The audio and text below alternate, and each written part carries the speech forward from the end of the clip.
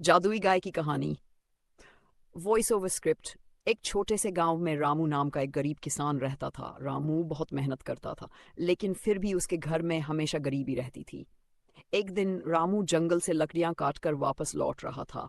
तभी उसकी नजर एक चमकती हुई सफेद गाय पर पड़ी। उस गाय के शरीर से सुनहरी रोशनी निकल रही थी। रामू ये देखकर हैरान रह गया।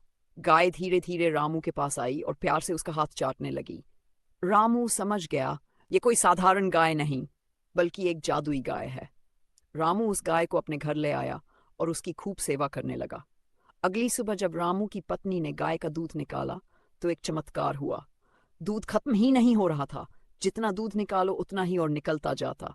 धीरे धीरे रामू की गरीबी दूर होने लगी। लेकिन रामू कभी घमंडी नहीं बना। वह गांव के गरीब लोगों की मदद करने लगा।